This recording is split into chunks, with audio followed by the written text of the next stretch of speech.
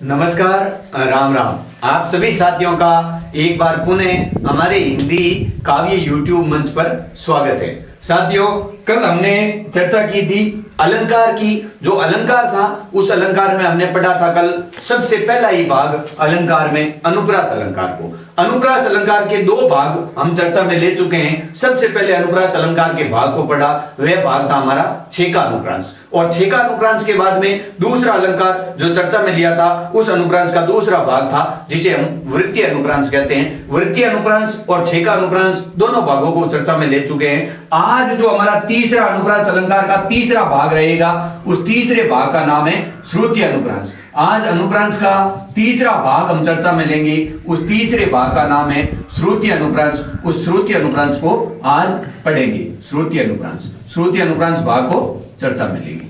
श्रुति अनुप्रांस अलंकार क्या है, इसका शाब्दिक अर्थ क्या है और ये पूरी इसकी मुख्य भूमिका क्या है, शब्द मतलब श्रुति अनुप्रांस को किस प्रकार चर्चा में लेते हैं, श्रुति अनुप्रांस की पहचान किस प्रकार से होगी और अलंकार में यह अपनी महत्वता किस प्रकार से रखता है। श्रुति अनुप्रांस को वैसे देखा जाए अपनी दृष्टि से, एक शाब्दिक तौर पे अपनी भाषा में बात की जाए तो श्रुति अनुप्रांस, श्रुत का मतलब होता है सुनना। इसके यदि टुकड़े किए जाए तो टुकड़े होंगे श्रुत के साथ में अनु और अनु के साथ में प्रे और प्रे के साथ में आस। आस मूल शब्द है, श्रुत भी मूल शब्द के रूप में लिया गया है। श्रुत का मतलब होता है सुनना, किस चीज को सुनना।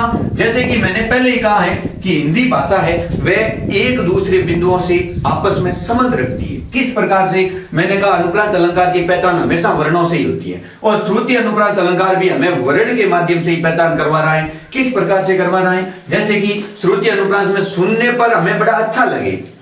कहने का मतलब यह है कि वर्ण है वो दो भागों में विभक्त किए गए। दो भाग कौन कौन से वर्णों को, एक तो स्वर में और दूसरा व्यंजन में। अब स्वर क्या होता है और व्यंजन क्या होता है ये छोटी कक्षाओं में हम लोग पढ़ चुके हैं। अब बात ये बनती है कि जो श्रुति अनुप्रांस अलंकार है, जो वर्णों को दो भागों में बांटा गया, लेकिन किस वर्ण के तहत हम इसको श्रुति अनुप्रांस अलंकार कह सकते हैं। तो सबसे पहली बात आती है कि ये जो अपना मानव शरीर है, इस मानव शरीर से कोई भी ध्वनि का हम लोग उच्चारण करते हैं, किसी भी ध्वनि को उच्चारित करते हैं तो उच्चारित करते समय वह ध्वनि अपने मुख अवयव से किस अवयव से निकल रही है। मान लो कंठ से निकलती है या नासिके से निकलती है, दंत से निकलती है, ये किस मुख अवयव को मतलब अपनी जीवा स्पर्श करते हुए उस ध्वनि को उच्चारित करती है, वही मुख अवयव श्रुति अनुप्रांस अलंकार में आता है। किस प्रकार से, मानो सबसे पहले यदि बात की जाए तो आदमी का सबसे पहले होता है कंठ, बात की जाए तो कंठ के बाद में यदि दूसरी बात की जाए, कंठ के बाद में आदमी के वह ध्वनि पहुंचती है तालु में। कंठ के बाद में आता है तालु और तालु के बाद में यदि उस ध्वनि की तीसरे नंबर पे बात की जाए तो कंठ तालु के बाद में मूर्धन्य, जिन्हें हम मुर्दा कहते हैं, मूर्धन्य, वहां से यह ध्वनि उच्चारित होती है। और यदि चौथे की बात करें तो मूर्धन्य के बाद में जो आते हैं वे आते हैं दंत, दांत आते हैं और दांतों के बाद में ओष्ठ, ओठ आते हैं, ओष्ठ। इस प्रकार से इस ध्वनि हमारे मुख अवयव से इस प्रकार से यह ध्वनि उच्चारित होती है, बाहर निकलती है। सबसे पहले कंठ, तालु, मुर्दा, दंत, ओष्ठ। और इन चीजों को याद रखना होगा क्योंकि जब वर्ण पढ़े थे वर्णों में भी इस ध्वनि को हम लोगों ने उच्चारित किया था और वर्णों में भी समझा था। मेरे कहने का मतलब यह है कि वर्णों में भी यह ध्वनि काम आती थी। जिस प्रकार कंठ, तालु, मुर्दा, दंत, ओष्ठ, आपको याद करना पड़ेगा कंठ, तालु, मुर्दा, दंत, ओष्ठ। इस प्रकार से कंठ, तालु, मुर्दा, दंत, ओष्ठ। अब यदि वर्णों को रखने की बात करें तो वर्णों को रखना है तो इनको याद करने का एक साधारण सा नियम, साधारण सा एक सूत्र लगता है, उस सूत्र के माध्यम से याद कर सकते हो। ये सबसे पहले हमने कै को उच्चारित किया और कै के साथ में हम लोग किसको रखेंगे, कै के साथ में यदि हम लोगों को रखना है तो कै के साथ में हम रखेंगे कै वर्ग, कै वर्ग। अब वर्ग किसे कहते हैं, वर्ग की बात आ जाती है तो आपने जब गणित विषय पढ़ा था तो गणित विषय में यह तो पढ़ रखा होगा कि जो जिसकी चारों भुजाएं बराबर मानी जाती हैं वह वर्ग होता है। मान लीजिए ये भी 4 सेंटीमीटर है, ये भी 4 सेंटीमीटर, ये भी 4 सेंटीमीटर और ये भी 4 सेंटीमीटर, चारों भुजाएं बराबर है। इसका मतलब ये क्या हो गया, एक प्रकार का वर्ग हो गया, वर्ग हो गया। अब कहने का मतलब यह है कि ये एक प्रकार का वर्ग है। तो उसी प्रकार से यदि कै के बाद में खे, गे लगातार मतलब अंग्य तक 5 वर्ण, उसके बाद में 6 लगातार 5 वर्ण। उसी प्रकार से 5 का एक जोड़ा बन करके पांचों भुजाएं बराबर करता है। इसका मतलब ये है कि यह एक वर्ग कहलाता है और के वर्ग में 5 वर्ण आते हैं, तो कंठ से के वर्ग, और के वर्ग के बाद में ये भी एक प्रकार के स्तर से ये भी लगातार निरंतर एक क्रम से चलते थे, कंठ, तालु, मूर्धा, दंत, ओष्ठ। उसी प्रकार से ये भी एक क्रम से लिखे जाते हैं, के बाद में चे के बाद में ते के बाद में टे के बाद में ते और ते के बाद में पे। उसी प्रकार से जैसे कंठ, तालु, मूर्धा, दंत, ओष्ठ और के, चे, ते, पे, उसी प्रकार से इन वर्गों का वर्गीकरण किया गया। तो चे वर्ग हो गया तालु के साथ में, और मूर्धा के साथ में ते वर्ग हो गया, और दंत के साथ में ते वर्ग हो गया, और ओष्ठ के साथ में पे वर्ग हो गया। उसी प्रकार से इन वर्ग का वर्गीकरण किया गया। यदि वर्ग का वर्गीकरण करने के बाद की बात की जाए तो इनके बाद में क्या आता है, तो आपको याद करने का सीधा सा, क्योंकि ये व्यंजन वर्ण है और व्यंजन वर्णों को यदि रखने की बात करें तो ये 5 के हिसाब से 25 वर्णों को हम रख चुके हैं।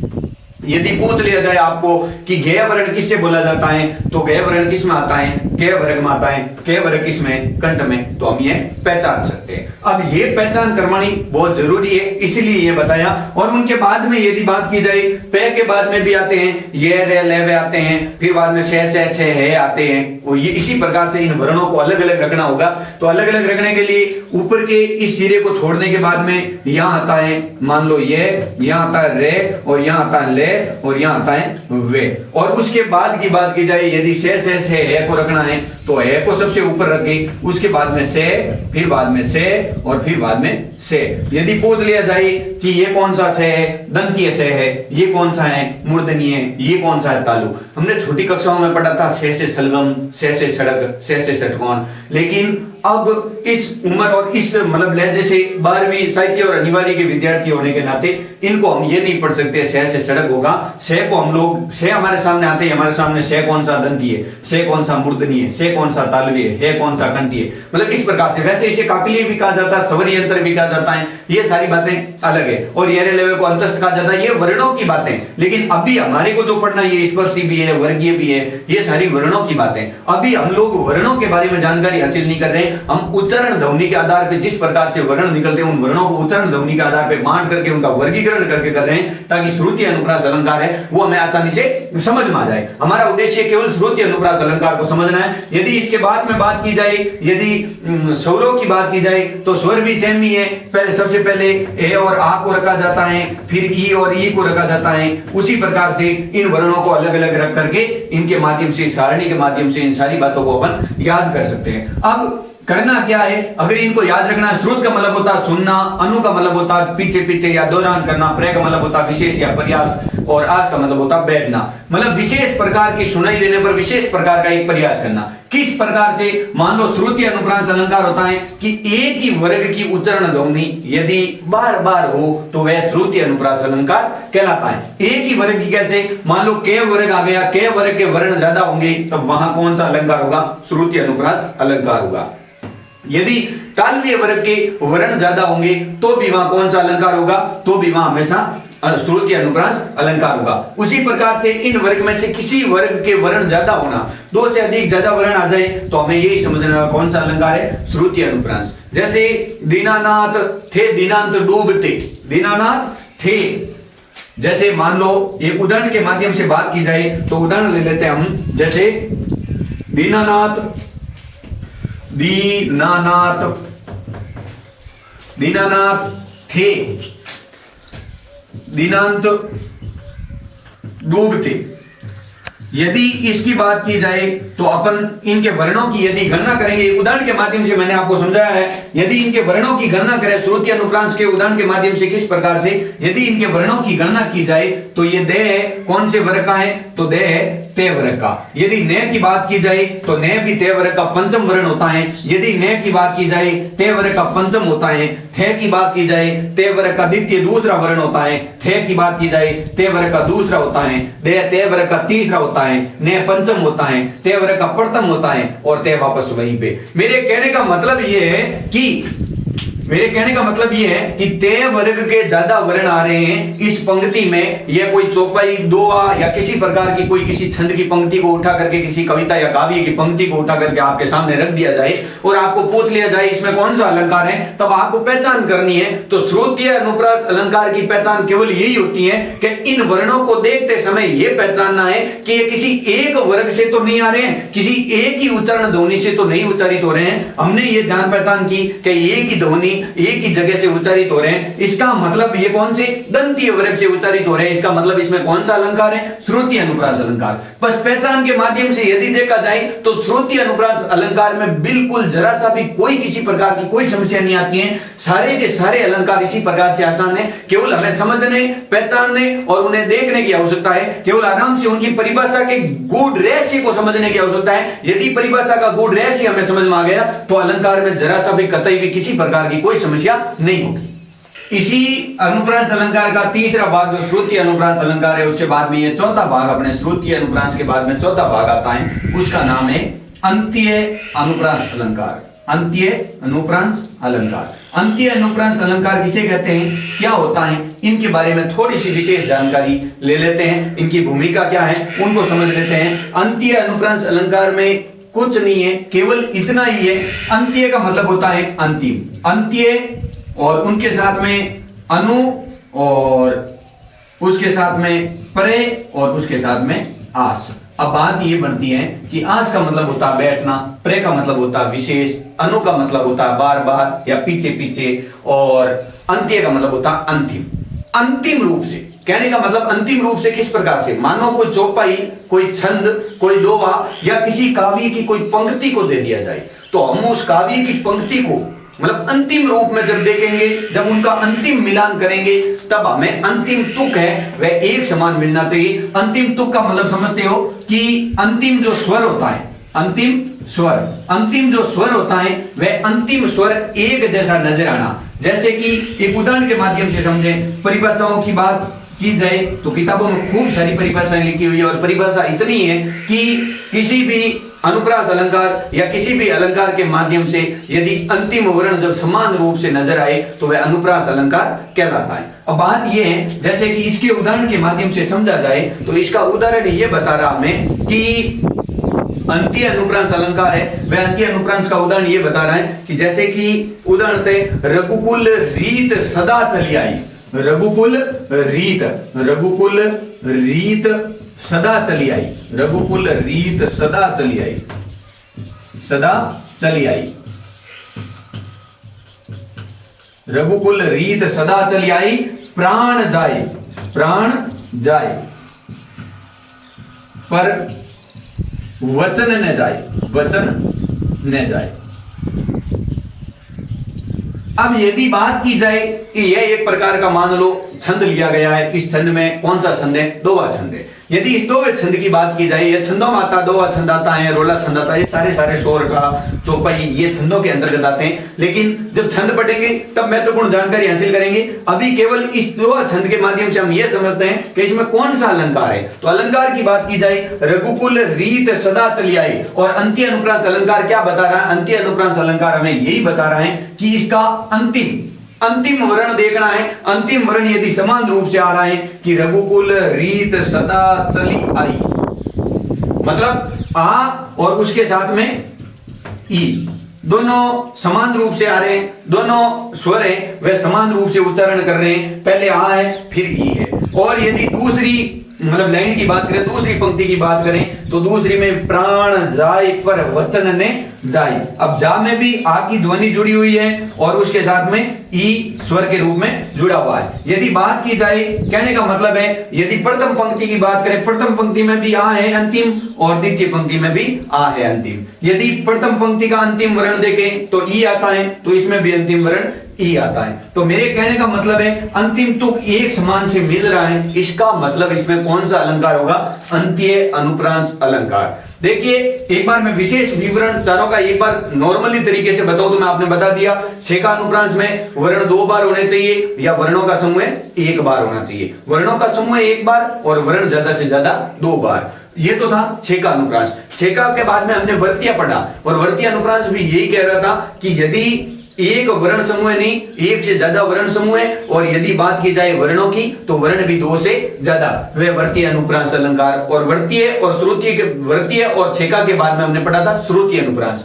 और श्रुतीय अनुप्रांस भी यही बता रहा है कि श्रुतीय अनुप्रांस सुनने पर अपने मुकाव्य से किस स्थान से अपना उच्चारण ध्वनि कर रहे हैं, वह स्थान किस स्थान से ज्यादा वर्णों का प्रयोग हुआ है, वह श्रुतीय अनुप्रांस अलंकार। और यह है अंत्य अनुप्रांस अलंकार। ये चार अनुप्रांस के मुख्य भाग, लेकिन पांचवा जो रूप है वह है लाटा अनुप्रांस, वह भी इसमें लिया गया है। तो पढ़ लेते हैं लाटा अनुप्रांस भी क्या है, आज कैसे भी करके इस अनुप्रांस अलंकार को पूर्णता की ओर ले जाते हैं। अंत्य अनुप्रांस अलंकार की एक पहचान और भी है, यदि महत्वपूर्ण बात की जाए तो यह हमेशा छंद, चौपाई, दोहा, इन सब में 100 में से 90% आपको अंत्य अनुप्रांस अलंकार ही मिलेगा। अब बात करते हैं अंत्य अनुप्रांस का। जो अंतिम अलंकार है पांचवा, जो वैसे तो शब्द अलंकार का अलग ही भाग माना जाता है, 8 भागों में मुख्यतः इनको भी शामिल किया गया है, लेकिन कुछ विद्वानों ने अनुप्रांस अलंकार में भी डाला है। हमारे को चाहे शब्द अलंकार में पढ़ना है चाहे अनुप्रांस अलंकार में पढ़ना है, लेकिन लाटा अनुप्रांस अलंकार को पढ़ लेते हैं, क्योंकि लाटा अनुप्रांस हमेशा लाटा अलंकार नहीं है, लाटा अनुप्रांस है, तो अनुप्रांस का ही भाग माना जाता है। लाटा अनुप्रांस अलंकार क्या कहता है, लाटा अनुप्रांस अलंकार का अर्थ क्या है, इनकी भूमिका क्या है, उनके बारे में समझते हैं। लाटा अनुप्रांस अलंकार में लाट के साथ में अनुप्रांस शब्द जुड़ा हुआ है, लाट के साथ में अनुप्रांस शब्द जुड़ा हुआ है। अब लाट क्या होता है और अनुप्रांस क्या होता है? अनुप्रांस तो हमने पहले ही समझ रखा है, अनु प्लस में प्रे प्लस में आस, लेकिन लाट शब्द का कोई अर्थ नहीं है। उसका कारण क्या है कि लाट एक जगह का नाम है, एक स्थान का नाम है, और वह जगह वर्तमान में कहां है, गुजरात में स्थित है। और गुजरात के सबसे ज्यादा लोग इस मतलब मान लो लाटा अनुप्रांस अलंकार का ही प्रयोग करते थे, जिसके कारण से इस लाटा अनुप्रांस अलंकार को हमारी हिंदी काव्य शास्त्र में समाहित किया गया है। लाटा जो लाट जगह है, उस जगह के लोग थे वो लाटा अनुप्रांस अलंकार का प्रयोग ज्यादा करते थे, जिसकी वजह से हमारे लाटा अनुप्रांस अलंकार का प्रयोग किया गया है। लेकिन लाटा अनुप्रांस अलंकार की यदि परिभाषा की बात की जाए, इनकी भूमिका को समझा जाए, तो लाटा अनुप्रांस अलंकार ये कहता है कि किसी भी पंक्ति या किसी भी काव्य की रचना करने के लिए, किसी दोहा, चौपाई या छंद, किसी काव्य, किसी कविता की रचना के लिए शब्द एक से अधिक हो, शब्द एक से अधिक हो और अर्थ उनके एक समान हो। शब्द एक से ज्यादा, अर्थ एक समान, लेकिन उनका अन्वय हमेशा भिन्न भिन्न हो। अन्वय भिन्न भिन्न होने का मतलब क्या होता है? ये अन्वय क्या है? भिन्न भिन्न का मतलब होता है अलग, लेकिन अन्वय का मतलब क्या होता है? अन्वय का मतलब होता है प्रयोग। यदि हमारी भाषा की बात की जाए तो अन्वय का मतलब होता है प्रयोग। ये परिभाषा तो आपको मिल जाएगी। अब प्रयोग किस प्रकार से, कहने का मतलब है शब्द एक ही होना चाहिए, शब्द मतलब एक से ज्यादा होने चाहिए और अर्थ एक ही होना चाहिए। शब्द चाहे 3 कर लो, 4 कर लो, 1 कर लो, कितने ही प्रयोग कर लो, अर्थ उनका एक ही है। लेकिन कहने का मतलब है प्रयोग अलग अलग के लिए होना चाहिए, इस शब्द का अन्वय अलग अलग होना चाहिए, प्रयोग अलग अलग के लिए होना चाहिए। किस प्रकार से, एक उदाहरण के माध्यम से समझते हैं। तो उदाहरण क्या कहता है? उदाहरण के माध्यम से यदि समझें, उदाहरण के माध्यम से समझें तो देखो, पूत कपूत, पूत सपूत, क्यों धन संचय, पूत सपूत क्यों धन संचय, क्यों धन संचय, पूत कपूत, पूत कपूत, पूत कपूत क्यों धन संचय, धन संचय। यदि देखा जाए तो दोनों पंक्तियां एक जैसी है, केवल इस एक वर्ण को छोड़ करके, केवल एक वर्ण को छोड़ के, पूत इसमें भी लिखा हुआ है, पूत इसमें भी लिखा हुआ है। पूत का मतलब पुत्र होता है, पूत का मतलब क्या होता है? पुत्र। अब दोनों एक ही बात बता रही है। क्यों का मतलब किस लिए, अब क्यों इसमें भी है, इसमें भी है। धन, संपदा, रुपए, पैसे, ये भी एक ही बात है। संचय का मतलब होता है एकत्रित करना, ये भी एक ही बात है।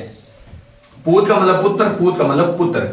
लेकिन सपूत किसके लिए आया है? सच्चे पुत्र के लिए, और कपूत बुरे पुत्र के लिए। अब केवल सच्चे पुत्र के लिए और बुरे पुत्र के लिए अब धन संचने की बात की गई है। दोनों के लिए धन को क्यों इकट्ठा किया जा रहा है? सच्चे पुत्र के लिए भी धन को क्यों इकट्ठा किया जा रहा है, पूरे पुत्र के लिए भी धन को क्यों इकट्ठा किया जा रहा है? अब अन्वय बदलने का मतलब प्रयोग अलग अलग किस प्रकार से हुआ? बात धन की हो रही है, बात धन की हो रही है, इकट्ठा किसे किया जा रहा है? धन को इकट्ठा किया जा रहा है। लेकिन इनका अन्वय अलग अलग हो गया। धन की बात की जा रही है लेकिन अन्वय अलग अलग है। किस प्रकार से शब्द एक से ज्यादा बार आ गए लेकिन अन्वय अलग होने का मतलब ये होगा इसका प्रयोग अलग अलग हुआ।